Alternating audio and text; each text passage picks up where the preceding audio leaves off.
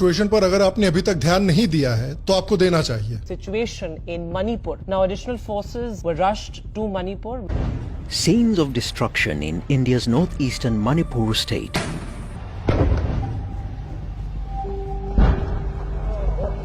Here we come! We are indigenous people!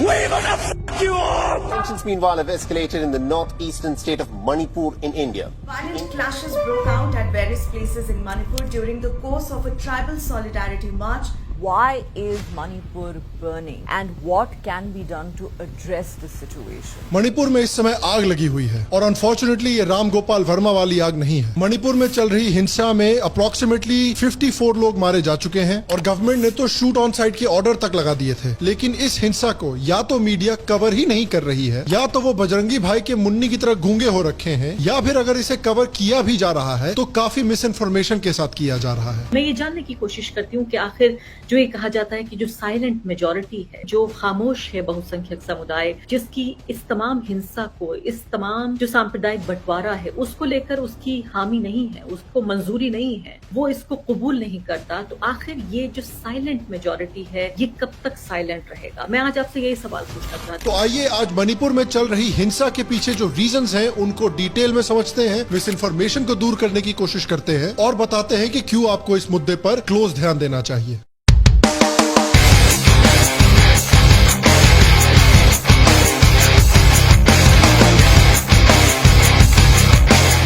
Hello और Shyam Sharma show के इस एपिसोड में आपका बहुत बहुत स्वागत है। मैं हूं सेक्युलरिज्म का सीईओ श्याम शर्मा और आप सबको एक सेकंड प्रणाम। तो देखिए, इस समय पर मणिपुर में जो हिंसा चल रही है उसको समझने के लिए हमें मणिपुर की हिस्ट्री और मणिपुर के लोगों की हिस्ट्री समझनी पड़ेगी। देखिए, मणिपुर की ज्योग्राफी बड़ी इंटरेस्टिंग है। मणिपुर का पूरा स्टेट बेसिकली पहाड़ी है और मणिपुर के बीचों बीच एक वैली है। मणिपुर का मैप देख के बेसिकली एक बे ब्लेड का स्टेडियम लगता है और मणिपुर में मेटी ट्राइब के लोग रहते हैं जो मणिपुर की 53% पॉपुलेशन है और मोस्टली हिंदू है। और ये 53% ऑफ पॉपुलेशन जो मणिपुर की वैली है, जो कि 10% ऑफ मणिपुर का लैंड मास है, उसमें रहते हैं और ये वैली मणिपुर की सबसे फर्टाइल एरिया भी है। मणिपुर के बाकी लोग नागा ट्राइब और कुकी ट्राइब हैं जो अप्रोक्सीमेटली मणिपुर की 45% पॉपुलेशन है और वो मणिपुर के पहाड़ी एरियाज में रहते हैं। मणिपुर में मेटे पंगल भी रहते हैं जो मोस्टली मुस्लिम है और मणिपुर की अराउंड 8% पॉपुलेशन है। हिस्टोरिकली मेटे हिंदू और मेटे पंगल्स के बीच में प्रॉब्लम्स भी रही हैं और 1993 में मेटे हिंदू और पंगल्स के बीच में रायट्स भी हुए थे जिसमें बहुत सारे लोगों की मौत हुई थी। और मणिपुर में कुकी और नागा ट्राइब्स के पास सबसे ज्यादा जमीन है, लेकिन जो 10% फर्टाइल जमीन है उसमें मेटे हिंदू रहते हैं और मेटे हिंदूज के पास असेंबली में 60 में से 40 सीटें भी हैं। Present day Manipur, the three most important ethnic group, they are the Hindu Metis who are primarily concentrated in the valley and they are the most dominant numerically, and the Christian Naga communities, they are mainly the residents of the hills. The Kukis of Manipur are relatively smaller in number, and almost all groups of the Nagas and the Kukis in Manipur, they have adopted Christianity as their religion. In fact, Manipur में Hinduism की पुरानी history है। सबसे पुरानी recorded history 8th century तक जाती है और मणिपुर के हिंदू राजाओं ने 1704 में हिंदुइज्म को मणिपुर का ऑफिशियल रिलीजन भी घोषित किया था। इनफैक्ट मणिपुर की जो रॉयल फैमिली है उसके जो फर्स्ट मेटे राजा थे जिनका नाम था नोंगदा लेरेन पखनबा, उनका राज 33 AD से शुरू हुआ था और उनके बाद उनके 72 सक्सेसर्स ने मणिपुर पर राज किया है। तो मणिपुर के जो मेटे रॉयल फैमिली है वो इंडिया की सबसे लंबी रूल करने वाली डायनेस्टी है। हम अक्सर बात करते हैं कि असम में अहोम्स ने किस तरह से मुगल इन्वेजन को रोका था, उसी तरह से मेटी हिंदुओं ने भी सेंचुरी से अपने आप को ब्रिटिश और क्रिश्चियन मिशनरी से भी बचा कर रखा है। Metis are probably the only significant ethnic group that has strongly resisted the evangelist missions of the church. Because the Metis are primarily concentrated in the valley, still not easily accessible for outsiders. And this has also been one of the important reasons why the Metis have been able to preserve their own distinct cultural traditions. लेकिन इस समय पर मणिपुर में Christianity second सबसे तेजी से grow करने वाला रिलीजन है। The increasing popularity of Christianity in Manipur it can be understood from the fact that today it is the second fastest growing religion in the state. और क्रिश्चियन पॉपुलेशन की बात ही कर रहे हैं तो कुकीज की भी बात करते हैं। कुकीज कुकी चिनजो एथनिक ग्रुप से आते हैं जो मणिपुर के पहाड़ी एरियाज में रहते हैं, मिजोरम में भी रहते हैं और म्यांमार के सगाइंग और चिन प्रोविंसेस से भी आते हैं। कुकीज की मणिपुर की अराउंड 30% पॉपुलेशन है। नागाज की पॉपुलेशन अराउंड 15% है, ये भी मोस्टली क्रिश्चियन है और काफी समय से मणिपुर के जिन एरियाज में नागा कम्युनिटी रहती है वो उन एरियाज को नागालैंड से जोड़ने की डिमांड कर रहे हैं, जिस डिमांड को मणिपुर के कुकीज और मेटे दोनों ने अपोज किया है। अक्सर इन तीनों ट्राइबल ग्रुप्स के बीच में मणिपुर में प्रॉब्लम्स रही हैं। इनफैक्ट 1990s में कुकीज के ऊपर नागा ग्रुप ने काफी बड़ा अटैक किया था जिसमें सैकड़ों कुकी मारे गए थे और हजारों कुकीज को अपने घर और अपने गांव छोड़कर भागना पड़ा था। तो कुकीज और नागास के बीच में अक्सर डिसएग्रीमेंट होती है, लड़ाइयां भी होती हैं, लेकिन क्योंकि दोनों क्रिश्चियंस हैं अक्सर वो मेटेस के खिलाफ यूनाइटेड खड़े होते हैं, क्योंकि हीदन से बड़ा दुश्मन और कौन हो सकता है। सर जी 24 घंटे लगातार नेहा कक्कड़ के गाने सुन लेंगे लेकिन मेटेस को सपोर्ट नहीं करेंगे।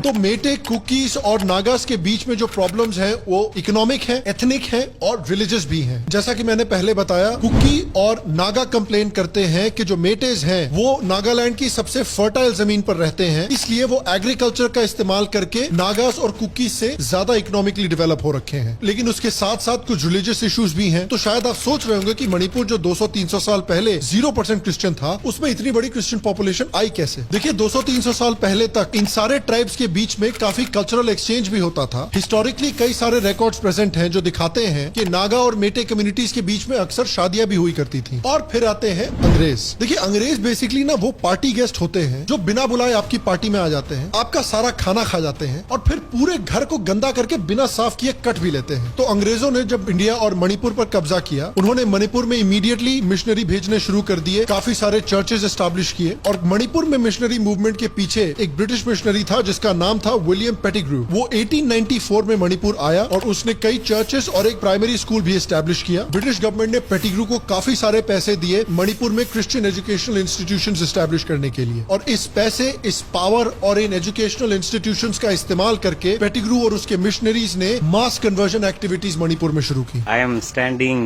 inside the Manipur Baptist Church, the park of William Pettigrew missionary। और उसका रिजल्ट देखिए कि 1911 में मणिपुर की जो क्रिश्चियन पॉपुलेशन थी वो सिर्फ मणिपुर की 0.04% थी पॉपुलेशन की, और 2011 के सेंसस को देखें तो सिर्फ 100 साल के अंदर अंदर 0.04% से बढ़ के 40% हो चुकी थी। वो तो हिंदू मेटेज थे जो अपने कल्चर से काफी जुड़े हुए थे और जिनके पास इतने इकोनॉमिक रिसोर्सेज भी थे कि वो क्रिश्चियन मिशनरीज को रेजिस्ट कर सके। इनफैक्ट जो कहानी मणिपुर की है वो कहानी बाकी नॉर्थ ईस्ट की भी है। असम को छोड़कर नॉर्थ ईस्ट के ऑलमोस्ट बाकी सारे स्टेट्स के लोगों को क्रिश्चियनिटी में कन्वर्ट कर दिया गया है। मेटेस कहते हैं कि इसके साथ एक और प्रॉब्लम है कि मेटे औरतों की जो फर्टिलिटी रेट है वो क्रिश्चियन ट्राइब्स के मुकाबले काफी कम है। उसके साथ साथ मेटे ग्रुप्स कहते हैं कि म्यांमार से काफी इलीगल इमिग्रेशन भी हो रही है मणिपुर में, जिस वजह से मेटे हिंदूज अपने स्टेट में ही माइनॉरिटी बन जाएंगे। अगर आप मेघालय को देखें तो मेघालय की क्रिश्चियन पॉपुलेशन 0 से 75 हो चुकी है, मिजोरम की क्रिश्चियन पॉपुलेशन 0 से 90% हो चुकी है, नागालैंड ऑलमोस्ट 100% क्रिश्चियन हो चुका है। कसम से प्रॉफेट बलजिंदर सिंह को अंग्रेजों से कुछ सीखना चाहिए यार।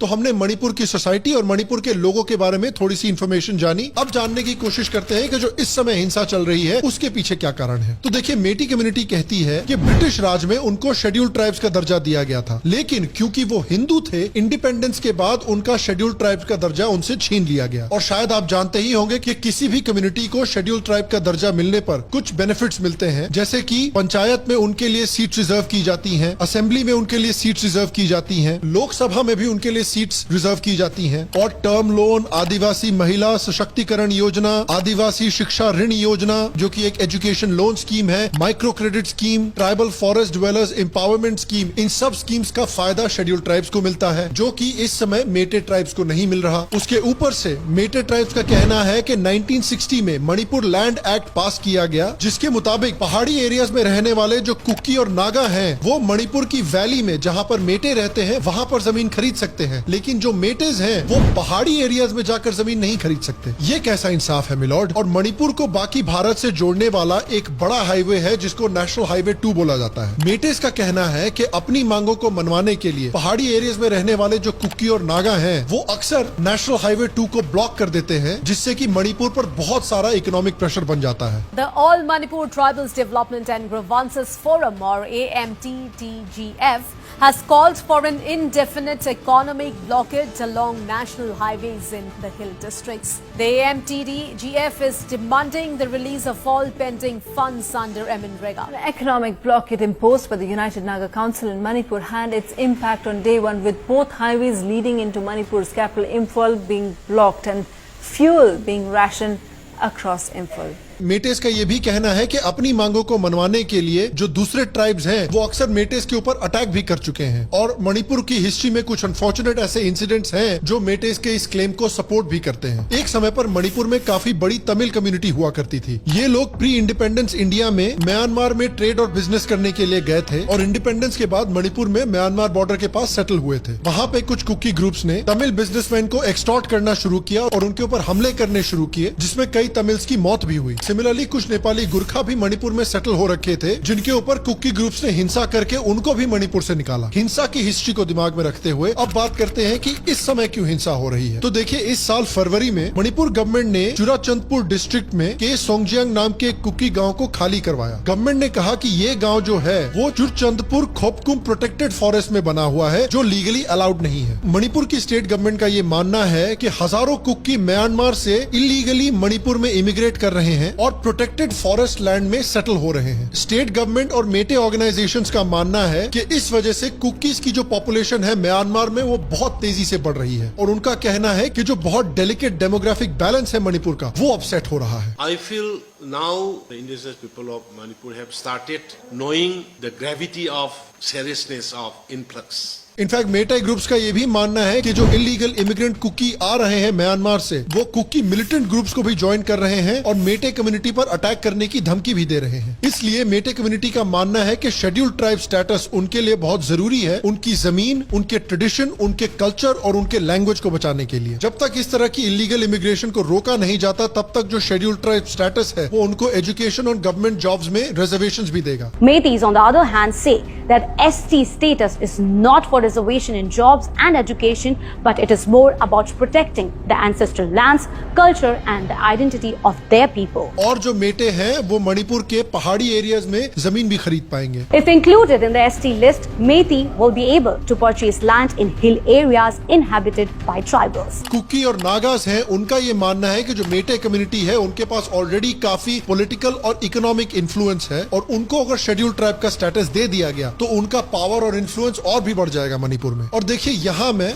दिल्ली की गर्मी से भी ज्यादा एक हॉट टेक देना चाहता हूँ कि मेरा मानना है कि भारत के सभी स्टेट्स में हिंदूज मेजोरिटी में होने चाहिए। सिर्फ वैसे ही भारत का कल्चर, ट्रेडिशंस और नेशनल इंटेग्रिटी को बचाकर रखा जा सकता है। हम सब ने देखा है कि भारत के जिस एरिया में भी एब्राहमिक रिलीजन्स की पॉपुलेशन बढ़ी है, वो एरिया भारत से धीरे धीरे कटता जाता है। पाकिस्तान और बांग्लादेश में जैसे ही मुस्लिम बड़ी मेजोरिटी में आए, वो एरिया भारत से कट गया। कश्मीर में भी हमने यही देखा, केरला और वेस्ट बंगाल जैसे एरियाज में भी हम यही देख रहे हैं। ये मुस्लिम समाज की जमीन है, इसलिए वो लोग बोलता है कि ये हम रास्ता नहीं दे सकते इसके। यदि तोड़ के तरका तो बना लिया। 7 बीघा जमीन जो है फिलहाल मुस्लिम का अंदर में है, जमीन भी नहीं छोड़ता। बांग्लादेश वहाँ से चल रही है। कुछ दिन बाद लोग बोल रहे हैं कि यहाँ से भागना पड़ जाएगा। बिहार जैसे एरियाज में भी जहाँ हिंदूज काफी बड़ी पॉपुलेशन में है, वहाँ पे जो ऐसे एरियाज है जहाँ पर मुस्लिम बड़ी पॉपुलेशन में है, वहाँ पर भी हम सिमिलर सिचुएशन देख रहे हैं। लगभग 200 घर से ज्यादा घर जला हुआ है, और एक भी इसमें सबसे ज्यादा अत्यंत पिछड़ा, जिसमें हरिजन महादलित का घर है। और ये अचानक का आग नहीं है, ये लगाया हुआ साजी बुजी आग है।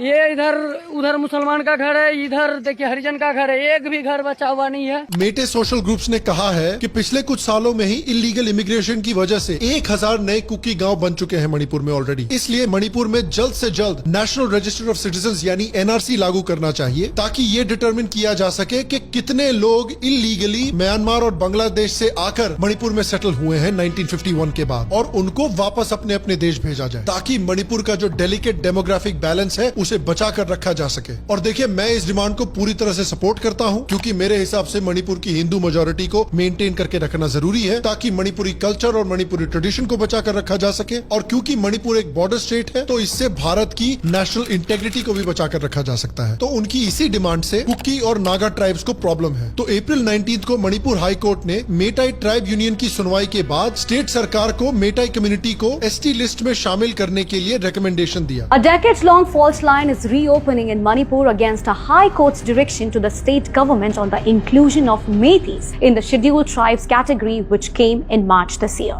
हाईकोर्ट ने कहा कि मेटाई कम्युनिटी को उनकी टेरिटरी में घुसने वाले आउटसाइडर्स के खिलाफ कॉन्स्टिट्यूशनल सेफगार्ड्स की जरूरत है और इस ऑर्डर को अपोज करने के लिए हजारों कुकी और नागाज ने ऑल ट्राइबल स्टूडेंट्स यूनियन के बैनर के अंतर्गत सॉलिडारिटी मार्च करने शुरू किए। इसमें मणिपुर के चर्च ने भी इनको सपोर्ट किया है और सिर्फ मणिपुर के चर्च नहीं, बैंगलोर के आर्च बिशप ने भी सपोर्ट लेटर दिया है। बेगानी शादी में अब्दुल्ला दीवाना सुना था, बेगानी शादी में पीटर दीवाना पहली बार देख रहे हैं। और इसी मार्च के दौरान एक आर्म्ड मॉब ने अलेजेडली मेटाई कम्युनिटी के लोगों पर अटैक किया, जिसके रिस्पांस में मेटाई कम्युनिटी ने वापस अटैक किया और ये हिंसा का सिलसिला शुरू हुआ। हालत इतनी बुरी हो गई कि 8000 लोगों को इवैक्यूएट करना पड़ा, इंटरनेट सर्विसेज को सस्पेंड किया गया, सीआरपीसी का सेक्शन 144 लगाया गया और आर्मी को भी बुलाया गया। अब देखिए, इस मामले को साथ में बैठकर तीनों ट्राइब्स को सॉल्व करना चाहिए, सेंट्रल गवर्नमेंट और स्टेट गवर्नमेंट की मदद के साथ। सारे ट्राइब्स को इलीगल इमिग्रेशन रोकने को भी सपोर्ट करना चाहिए, एनआरसी को भी सपोर्ट करना चाहिए ताकि इस मामले को सुलझाया जा सके। लेकिन कुछ लोग हैं जो मणिपुर को हमेशा जलते हुए रखना चाहते हैं। जैसा कि मैंने कहा, मणिपुर एक बॉर्डर स्टेट है और बॉर्डर स्टेट में हिंसा करना, बॉर्डर स्टेट को डिस्टेबलाइज करना, ये भारत के दुश्मनों के लिए एक अच्छी अपॉर्चुनिटी है। कांग्रेस ने ऑलरेडी डिवाइसिव स्टेटमेंट्स देने शुरू कर दिए हैं इस सिचुएशन को और भी खराब करने के लिए। कुछ कुकी ग्रुप्स और खासकर पाकिस्तानी और गल्फ कंट्रीज के कुछ लोग मणिपुर की सिचुएशन के बारे में मिस इन्फॉर्मेशन फैलाने की कोशिश कर रहे हैं ताकि मणिपुर में हिंसा और भी बढ़े, मणिपुर इसी तरह से जलता रहे और इंटरनेशनल मीडिया पहुंच के मिस इन्फॉर्मेशन को और भी ज्यादा बढ़ाए। और देखिए, ये समझना जरूरी है कि क्यों इस समय मणिपुर को डिस्टेबलाइज करने की कोशिश की जा रही है, क्योंकि पिछले कुछ सालों में मणिपुर एक्चुअली काफी अच्छे से डेवलप हो रहा है। देखिए, मणिपुर की जो स्टोरी है पोस्ट इंडिपेंडेंट इंडिया में, वो एक बहुत ही ट्रेजिक स्टोरी है। एक तो मणिपुर के लोगों को बाकी इंडिया के लोगों से रेसिज्म फेस करना पड़ता है, उसके ऊपर से अपने खुद के स्टेट में ही उनकी कोई डेवलपमेंट भी नहीं हो रही थी। जो मणिपुर की गवर्नमेंट थी और जो सेंट्रल गवर्नमेंट थी, वो सिर्फ अलग अलग ट्राइब्स को एक दूसरे से लड़वाती रहती थी, स्टेट की कोई डेवलपमेंट नहीं होती थी, जो भी स्टेट स्पॉन्सर्ड वेलफेयर स्कीम्स थी वो लोगों तक पहुंचती नहीं थी। मणिपुर के लोगों ने बेसिकली एक्सेप्ट कर लिया था कि भाई हमारा स्टेट हमेशा बैकवर्ड ही रहेगा, एक दूसरे से हम हमेशा लड़ते ही रहेंगे, हमारे स्टेट में सिर्फ इंसर्जेंसी और मिलिटेंसी चलती रहेगी, सिर्फ करप्शन चलता रहेगा, हमारे पास बेसिक इंफ्रास्ट्रक्चर भी नहीं है, यही हमारी लाइफ है। लेकिन 2017 में बीजेपी की गवर्नमेंट जब आई तो उन्होंने मणिपुर की कायापलट का सिस्टम शुरू किया। उन्होंने पहाड़ी एरियाज और वैली के बीच की जो डिस्पैरिटी और इनइक्वालिटी है उसको कम करना शुरू किया। पूरे के पूरे स्टेट में इंफ्रास्ट्रक्चर प्रोजेक्ट्स डेवलप करना शुरू किए, स्कूल्स बनाने शुरू किए, हेल्थ इंफ्रास्ट्रक्चर डेवलप करना शुरू किया। बीजेपी की जो बीरेन सिंह की गवर्नमेंट है, उन्होंने स्ट्रिक्ट टाइमलाइंस डेवलप करनी शुरू की लॉन्ग टर्म इंफ्रास्ट्रक्चर प्रोजेक्ट्स को फिनिश करने की। रिकॉर्ड स्पीड से इस समय पर पूरे मणिपुर में हाईवेज, रोड्स और ब्रिजेस क्रिएट किए जा रहे हैं। और सेंट्रल गवर्नमेंट की एक्ट ईस्ट पॉलिसी के तहत मणिपुर को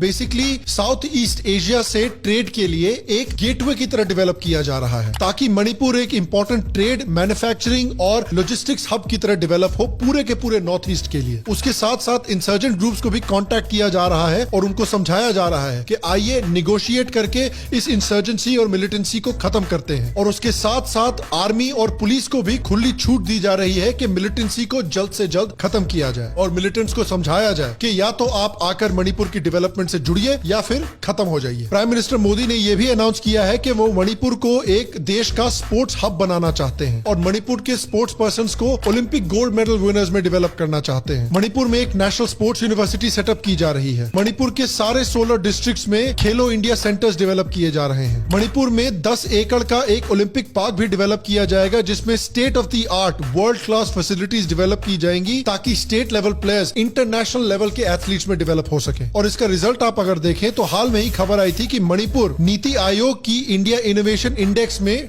टॉप रैंक पे पहुंच गया था। इंडिया इनोवेशन इंडेक्स बेसिकली एक कॉम्प्रिहेंसिव टूल है जो देश के इनोवेशन इकोसिस्टम को इवैल्यूएट और डेवलप करता है। तो मणिपुर में फाइनली 70 साल के बाद डेवलपमेंट हो रही है और मणिपुर में जो अलग अलग ट्राइब्स के बीच में हिंसा थी, प्रॉब्लम्स थी, उनको भी सेटल किया जा रहा है। तो इसलिए कुछ दुश्मन देश, कुछ वेस्टेड इंटरेस्ट, कुछ पॉलिटिशियंस हैं जो इस हिंसा को पीसफुली सॉल्व करने के बजाय इसको और भड़काने की कोशिश कर रहे हैं ताकि मणिपुर को डिस्टेबलाइज किया जा सके। देखिए, मेरा मानना है कि मणिपुर को एक हिंदू मेजॉरिटी स्टेट रहना जरूरी है। मेरा मानना है कि जो इलीगल इमिग्रेशन हो रहा है म्यांमार से, उसको खत्म करने को तीनों ट्राइब्स को सपोर्ट करना चाहिए और इस हिंसा को भड़काने के बजाय इस हिंसा को शांत करके मणिपुर जिस तरह से डेवलप हो रहा है उस डेवलपमेंट को बढ़ावा देना चाहिए। और मैं आपसे पूछना चाहता हूं कि आपके हिसाब से जो ये हिंसा हो रही है उसको खत्म करने का और इस मामले को शांत करने का बेस्ट तरीका क्या है? नीचे कमेंट सेक्शन